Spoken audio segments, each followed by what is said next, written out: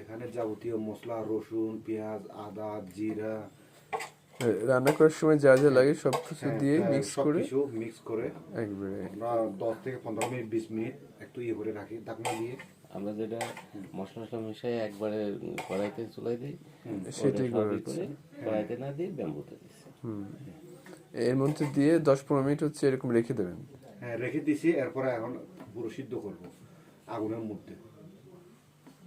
ও, এটা মাখানোর পর 10 মিনিট মতো ঢেকে রাখছিলেন এই কড়াইতেই, তাই তো? হ্যাঁ, কড়াই।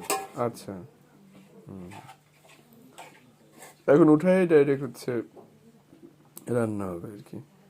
এটা যখনই সিদ্ধ হওয়ার ইয়ে হবে এক ধরনের আওয়াজ হবে। আচ্ছা, ইয়ে হবে, বাড়ি থেকে বোঝা যাবে, তাই তো? বাড়ি থেকে বোঝা যাবে। এবং যে দাগনাটা দিব কলা পাতা দিয়ে, তো সে দাগনার কলা পাতাগুলো সিদ্ধ হয়ে যাবে, তখন বোঝা যাবে যে সিদ্ধ হয়েছে। একদম প্রেসার কুকারের মতো খুব দ্রুত সিদ্ধ হয়।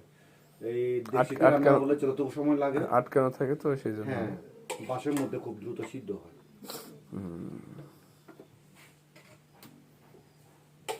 আমার ওইদিকে এই বাঁশ পাওয়া যায় না। হ্যাঁ, বাঁশগুলো এগুলো একটা 30 টাকা করে কিনা লাগে বাঁশগুলো। আমার ওইদিকে বাঁশগুলোর ওই পোড়গুলো ছোট ছোট।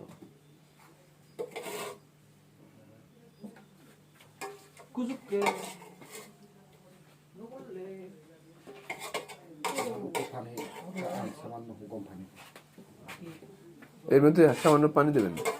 হ্যাঁ, এই মশলাটা ইয়ে করে এখানে কিছু ওখানে কিছু দেবো। আর এখান থেকে আপনি আপনার জল সৃষ্টি হবে, জল হবে।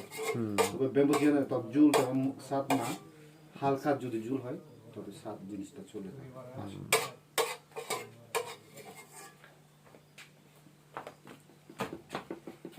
সেরকম পানি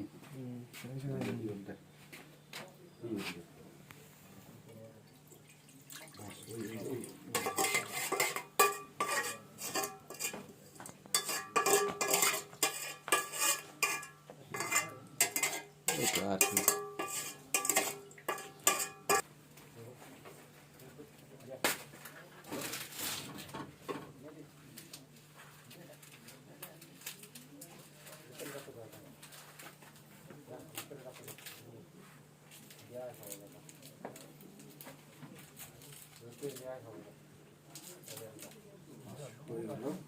এবার রান্না শুরু করা হবে।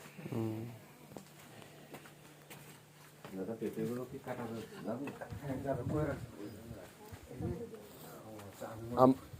আমাদের রুমে ছিল সেটা না নাকি? হ্যাঁ, সবটাই আমি বাই করতেছি।